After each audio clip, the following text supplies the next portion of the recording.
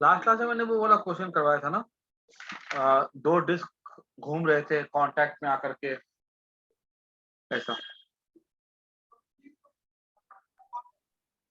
हाँ सर। आज हम लोग करेंगे question combined translation plus rotation.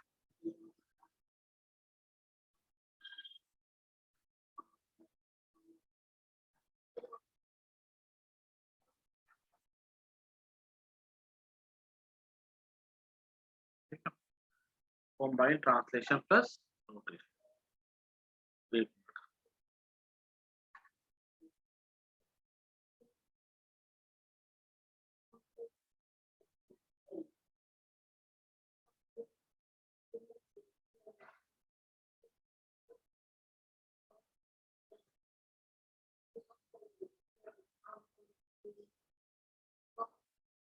देखो, अगर मान लो कोई बॉडी अगर ट्रांसलेट कर रही है, मतलब अगर कोई बॉडी अगर आगे बढ़ रही है और रोटेट भी कर रही है, तो हम उसके लिए वर्ड यूज करते हैं कंबाइंड ट्रांसलेशन प्लस रोटेशन। अब तो अगर ऐसे कोई मोशन हो ना, हम याद रखना है कि ये पूरा सिस्टम से चल रहा है। हम लोगों ने पहले पढ़ा था ट्रांसलेटरी मोशन क्लास 11th में, फिर हमने पढ़ा था रोटेटरी मोशन। और ये जो कंबाइंड ट्रांसलेशन प्लस रोटेशन है ना, इन दोनों का कॉम्बिनेशन होता है। जब भी ऐसे मोशन को पढ़ा जाना, जैसे कि मान लो कोई रॉड है, इस रॉड को फेंका जाए, ये रॉड क्या होगी, गोल गोल घूमते हुए आगे जाएगी और कहीं जाकर के ये घूमेगी भी और ये आगे भी, ये ऐसे घूमेगी भी और ये ऐसे भी जाएगी।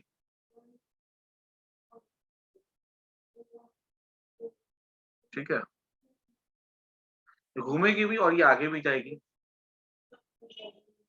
तो इसके पास क्या होगा, ट्रांसलेटरी मोशन भी होगा इसका सेंटर, ठीक है, और ये घूम भी रही है और आगे भी जा रही है।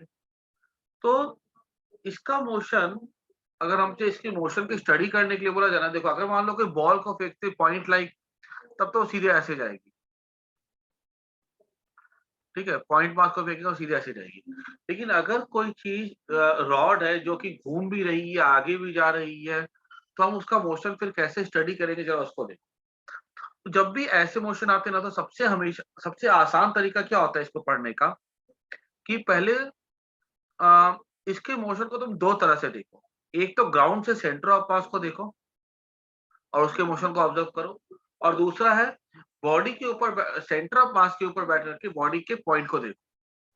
तो दोनों के हम कॉम्बाइंड मोशन को स्टडी करेंगे और हमारा काम हो जाएगा। ठीक है, तो study is made simple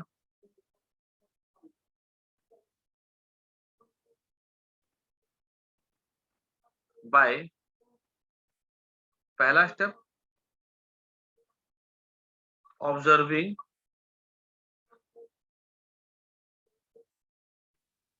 observing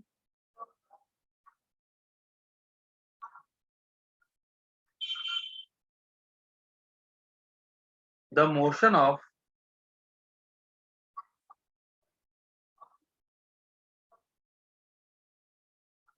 centre of mass from ground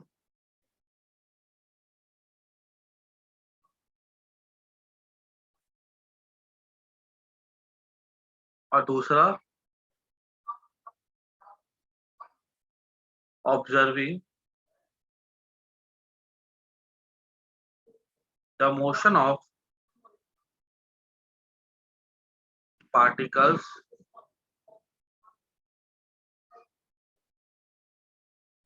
on body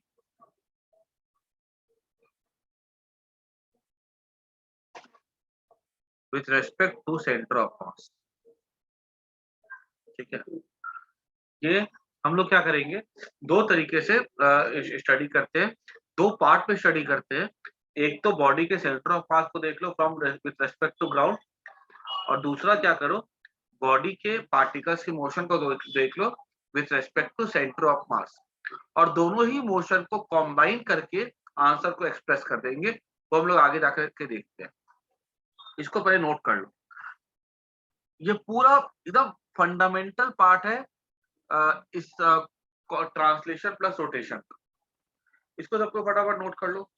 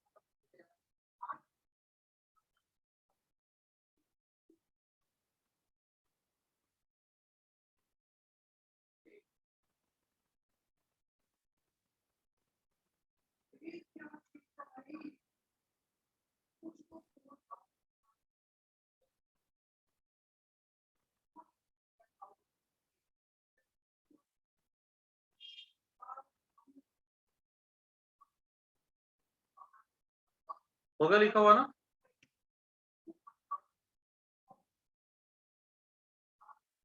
आगे बढ़े।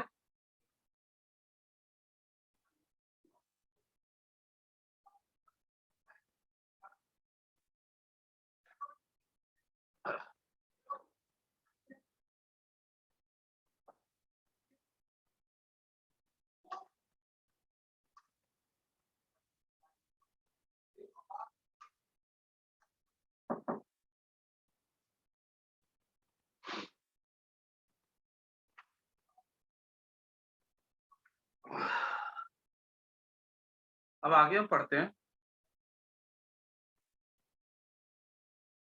डिस्टेंस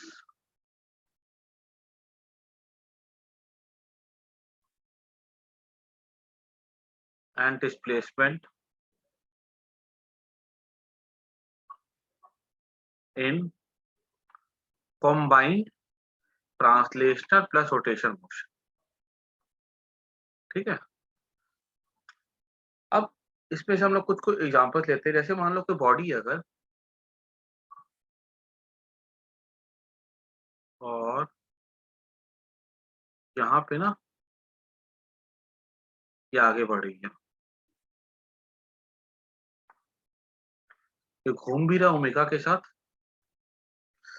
और ये आगे बढ़ भी रहा है वेलोसिटी v के साथ।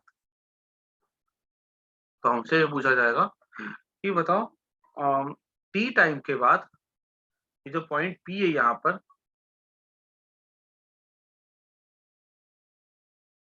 इसका कोऑर्डिनेट क्या होगा। ठीक है। Find coordinate of p after time t। तो अब यहाँ पे ध्यान से देखना कि t टाइम के बाद हम हमको p का कोऑर्डिनेट निकालना है। तो जो हमने कंसेप्ट सीखा है अभी, बिल्कुल वही कंसेप्ट यूज करेंगे।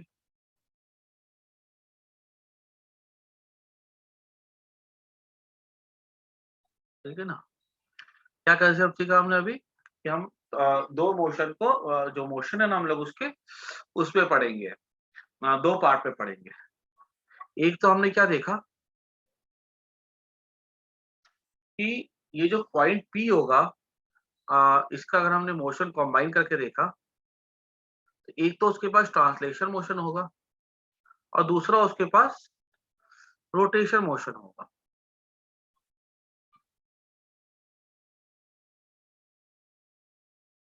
ठीक है।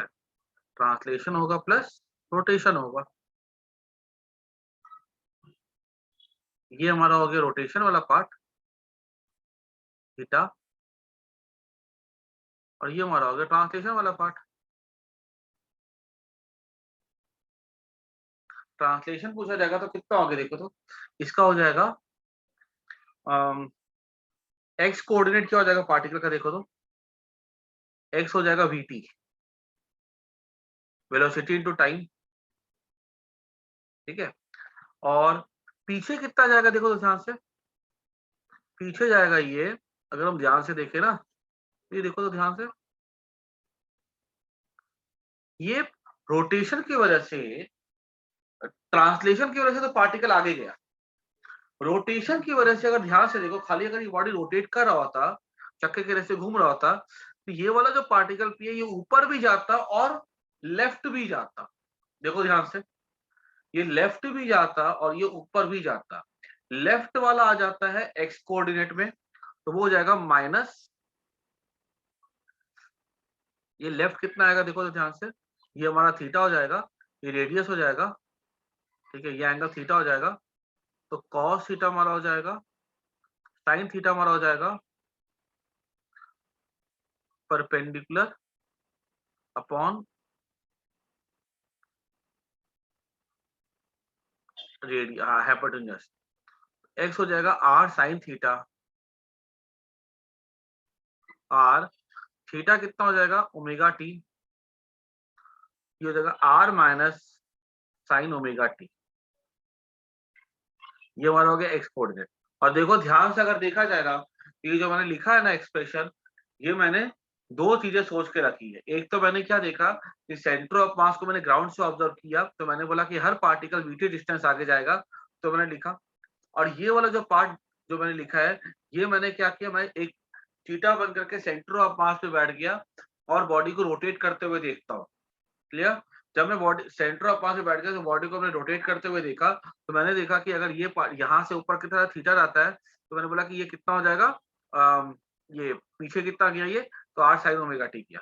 और वाई की अगर बात की जाए तो वाई कोऑर्डिनेट क्या हो जाएगा, ये अगर ये एंगल थीटा है, ठीक है, तो ये एंगल थीटा है, तो मैं क्या बोल सकता हूँ, तो ये अगर आर है ना, ये ऊपर कितना जाएगा, तो बोल सकता हूँ ये आर होगा, तो ये हमारा हो जाएगा आर कॉस थीटा, ये वाला पार्ट कितना हो जाएगा, आर कॉस थीटा, ठीक है। तो ये ऊपर कितना गया, तो ऊपर जाएगा आर माइनस, ये वाला पार्ट कर देंगे ना, इतने में इतना सब्ट्रैक्ट कर दो, तो R minus R cos omega T, ये हमारा हो जाएगा वाई। समझ आया कि नहीं आया, बोलो हाँ या ना। हमें चक्के का रेडियस दे दिया जाएगा, हमें टाइम दे दिया जाएगा, हमें एंगुलर वेलोसिटी दे दी जाएगी, बोलेगा कि बताओ कोऑर्डिनेट क्या है, हम उसको अकॉर्डिंगली वहां से निकाल सकते हैं। इसको सबको अच्छे से नोट कर दो। जब भी कॉम्बाइंड ट्रांसलेशन प्लस रोटेशन पढ़ो, पहले सेंटर ऑफ मास को देखो विद रेस्पेक्ट टू ग्राउंड, और फिर चीटा बन के बैठ जाओ सेंटर ऑफ मास पर, बॉडी को रोटेट करते हुए देखो। दोनों के कॉम्बिनेशन को हम क्या करेंगे, वहां पे आंसर को लिख देंगे। फटाफट इसको जल्दी से नोट कर दो।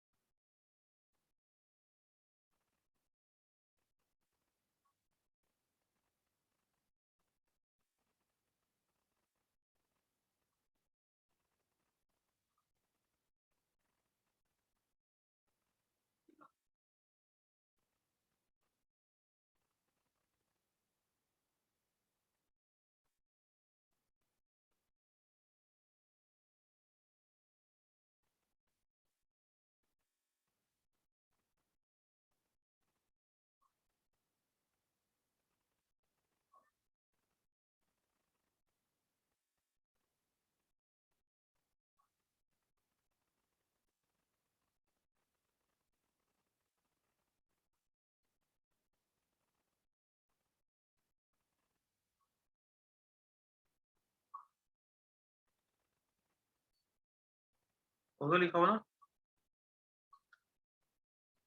आगे बढ़े हम लोग।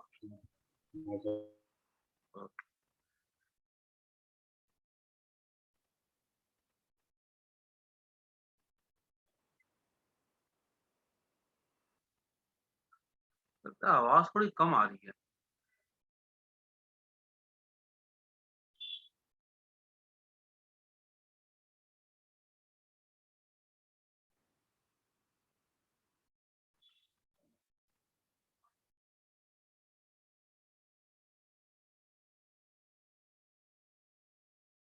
वो तो पूरा ही है।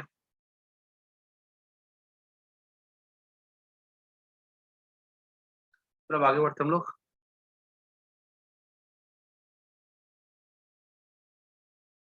अब आता है, हम अब बात करते हैं वेलोसिटी की।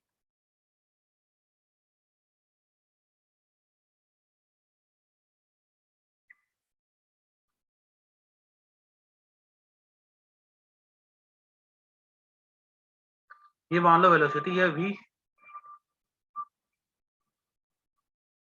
ये एंगुलर वेलोसिटी है, ठीक है। अब मान लो हमें अगर कोई कोई पॉइंट देखना है, कोई पॉइंट है, मान लो p है, तो velocity of p with respect to c, ये क्या हो जाएगा? Velocity of point with respect to centre of mass, vp minus vc हो जाएगा ना। ये फॉर्मूला होता है ना, a with respect to b का। अब कुछ नहीं लिखा यहाँ पे, तो ग्राउंड है, यहाँ भी ग्राउंड है, vp क्या हो जाएगा? vpc प्लस vc, मतलब वेलोसिटी ऑफ एनी पार्टिकल हो जाएगा velocity of the point with respect to centre of mass plus velocity of centre of mass, ठीक है। ये हमारा एक्सप्रेशन हो जाएगा किसका? वीपी का। और इसके ऊपर सिंपल सिंपल से क्वेश्चंस कैसे आ सकते हैं? मान लो एक कोई पॉइंट है, इसकी वेलोसिटी v है, एंगुलर वेलोसिटी ओमेगा है। बताओ इन सब पॉइंट की वेलोसिटी क्या होगी? इसकी वेलोसिटी क्या होगी, इसकी क्या होगी, और इसकी क्या होगी? सीधी सी बात है। अगर इसकी बात की जाए तो इसकी वेलोसिटी आगे होगी v, और पीछे होगी रोटेशन की वजह से ओमेगा r। इसकी आगे होगी v, और इसकी आगे होगी ओमेगा r। इसकी आगे होगी v, और इसकी नीचे होगी ओमेगा r, ठीक है। तो अगर हमने इन सब की वेलोसिटी देखी, तो इसकी क्या वेलोसिटी हो जाएगी? v प्लस ओमेगा r हो जाएगी, और इसकी क्या हो जाएगी? v माइनस ओमेगा r हो जाएगी, और इसकी क्या हो जाएगी? रूट ओवर v का square plus omega square r square हो जाएगी, है ना। क्या करना है? बस सीधा से एक ही फंडा है कि कोई भी बॉडी रोटेट कर रही है, तो जो सेंटर ऑफ मास की वेलोसिटी है वो हर एक पार्टिकल को वेलोसिटी दे दो, और फिर जो रोटेशन की वजह से जो वेलोसिटी है वो भी हर एक को दे दो डायरेक्शन के हिसाब से, और उनका वेक्टर सम कर दो, आंसर आ जाएगा। यस और नो? इसको नोट कर दो।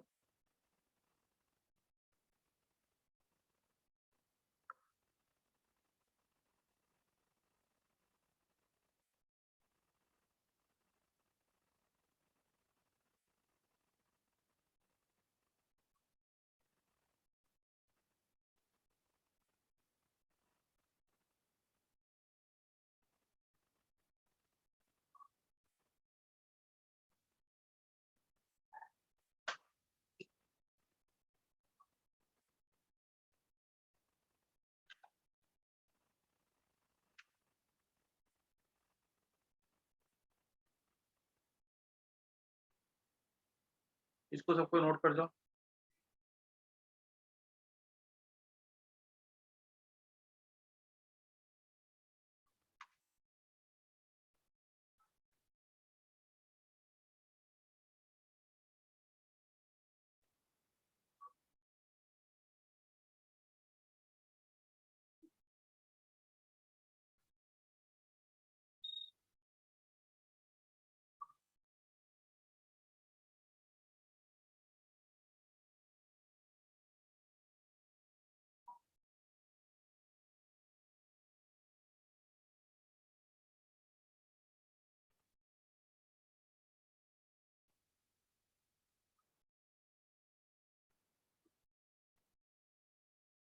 हो गया लिखा हुआ?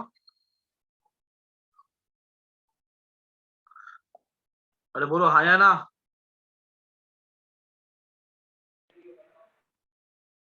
हाँ सर। बोला करो यार, मेरे को समझ में कैसे आएगा तुम लोग का हुआ है कि नहीं हुआ। अब ये वाला क्वेश्चन सॉल्व कर दो खुद से।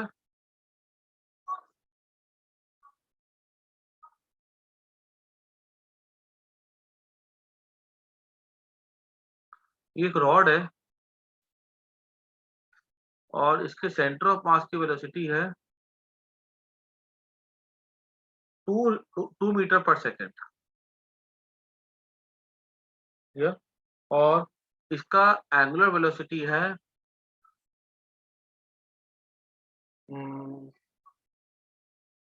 5/2 रेडियन पर सेकेंड। रॉड की लेंथ है 4 मीटर। तो बताना है कि इस पॉइंट ए की velocity, find velocity of A after t equals to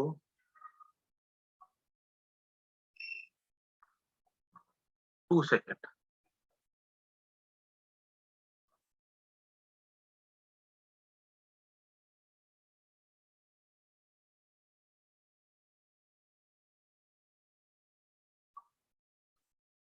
तो ट्राई करो।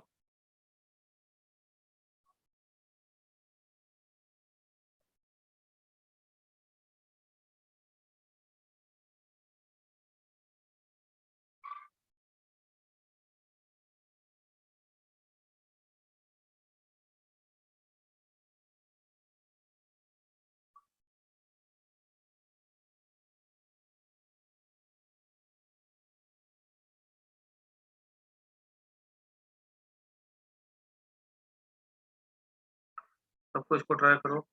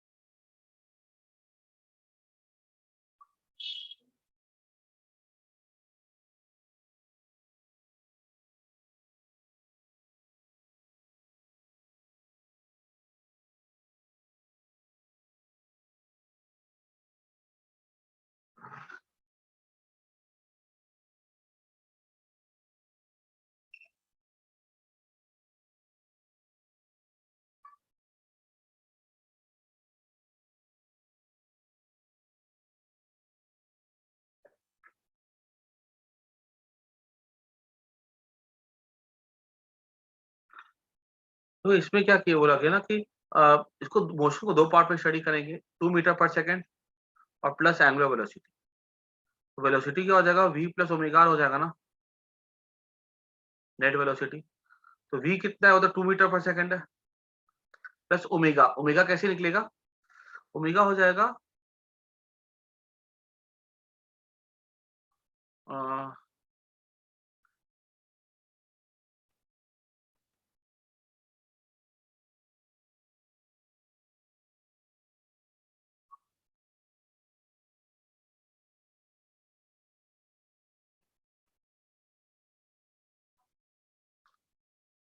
ओमेगा हमारा है π/2 है रेडियन पर सेकेंड ना।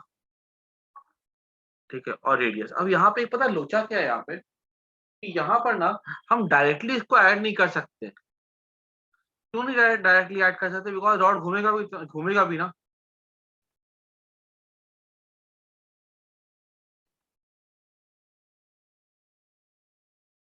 रॉड ऐसे हो जाएगा,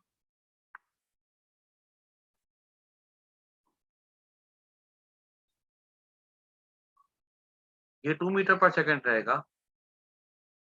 क्लियर। ये एंगल कितना हो जाएगा, थीटा हो जाएगा। थीटा हमारा हो जाएगा ओमेगा इंटू टी। टाइम कितना है हमारा, 2 सेकेंड।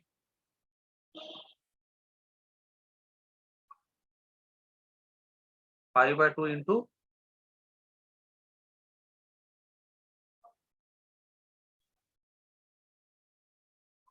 2 कर देंगे जगह पाई। मतलब ये हुआ 2 सेकंड में जो रॉड है ना वो पूरी घूम करके ऐसे हो जाएगी। देखो 2 सेकंड में जो रॉड है ना पूरी घूम करके ऐसे हो जाएगी, जिसमें कि पॉइंट ए जो है वो नीचे आ जाएगा। ठीक है। और इसके लिए ओमेगा आर किधर होगा, पीछे हो जाएगा। ओमेगा कितना पाई/2 है ना, और डिस्टेंस कितना होगा सेंटर से 2 होगा, that is 5 metre per second. ये वाली वेलोसिटी हो जाएगी टुवर्ड्स लेफ्ट। और राइट में क्या वेलोसिटी है, 2 मीटर पर सेकेंड है ना, देयरफॉर वेलोसिटी नेट क्या हो जाएगा 2 आगे, और इधर कितना हो जाएगा pi, that is 2 minus pi metre per second. समझ आया कि नहीं आया, बोलो हाँ या ना।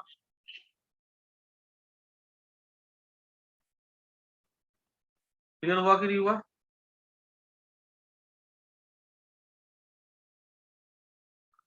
पाई थोड़ा बड़ा होगा।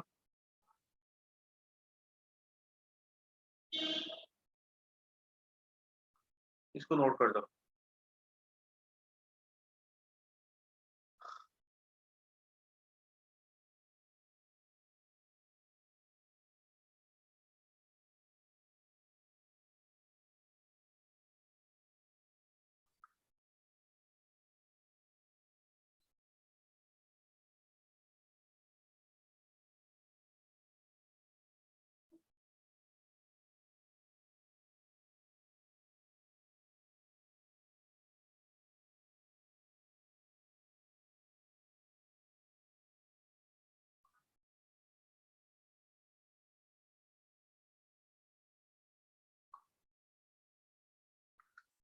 इसको सबको नोट कर दो।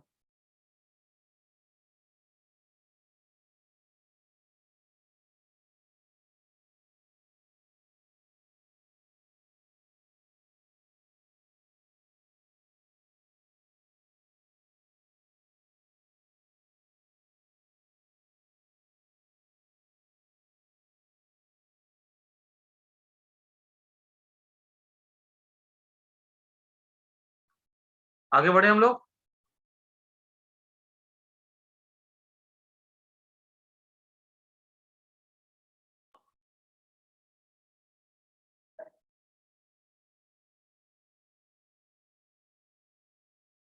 बोलो हाँ या ना। चलो इसी में काम करो ना, इसी क्वेश्चन में काम करो तुम लोग। क्या ना, पाई बाय सेम क्वेश्चन रहेगा ना, पाई/12 कर दो और कर दो क्वेश्चन सॉल्व को भी। पाई/12 है और निकालना है कि ए की वेलोसिटी क्या होगी।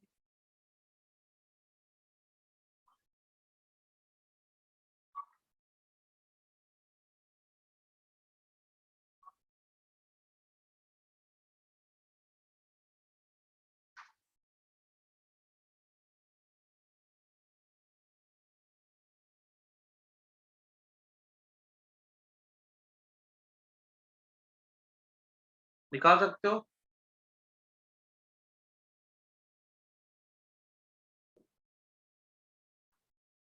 निकालो, नोटबुक में खुद से करो।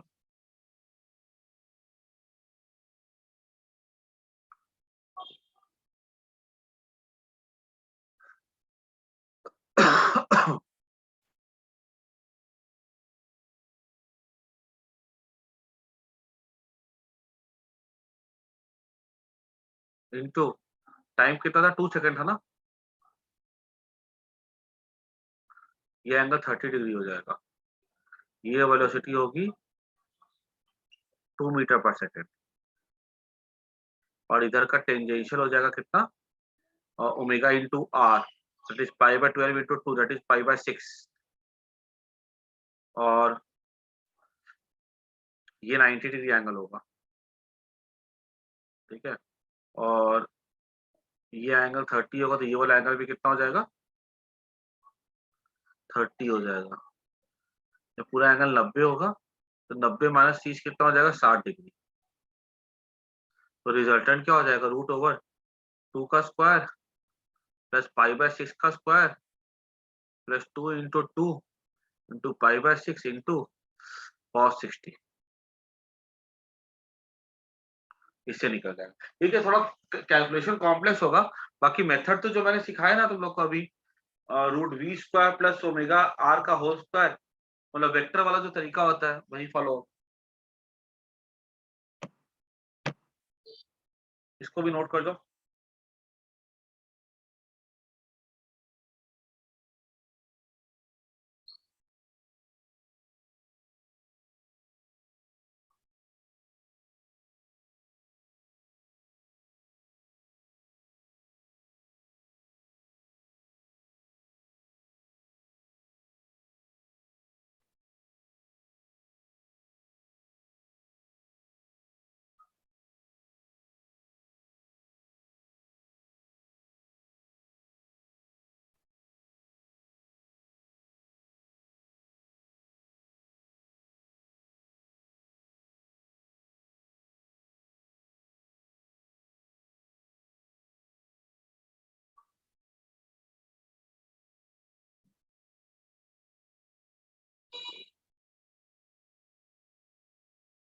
हो गया ना, लिखा हुआ ये।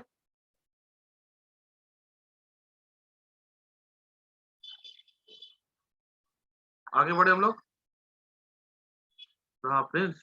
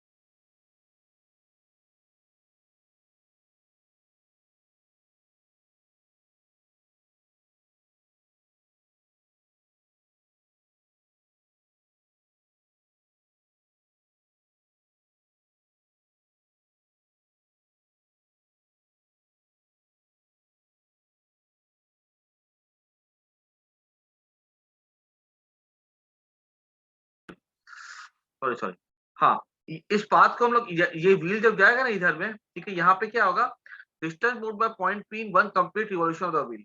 पी का हमको निकालना है कि डिस्टेंस कितना कवर करेगा। ये पी का डिस्टेंस जो 2πr के इक्वल नहीं होगा, वो डिस्प्लेसमेंट होगा, याद रखना। डिस्टेंस निकालना इतना आसान नहीं है। ये देखो, 1/4 के बाद यहाँ पे आएगा, फिर हाफ के बाद ये वाला पॉइंट यहाँ पे आ जाएगा, 3/4 के बाद ये वाला पॉइंट यहाँ पे आ जाएगा, और फिर टाइम पीरियड टी के बाद ये पॉइंट यहाँ पे आ जाएगा। तो पाथ कुछ ऐसा बनेगा ना, देखो ये जो पाथ है ना, this is called as cycloid. हमें ये पाथ की लेंथ निकालनी है, और याद रखना है डिस्टेंस का फॉर्मूला हो जाता है v dt, speed into time का इंटीग्रेशन, 0 से लेकर के टाइम t। इसको क्वेश्चन को नोट कर दो फटाफट।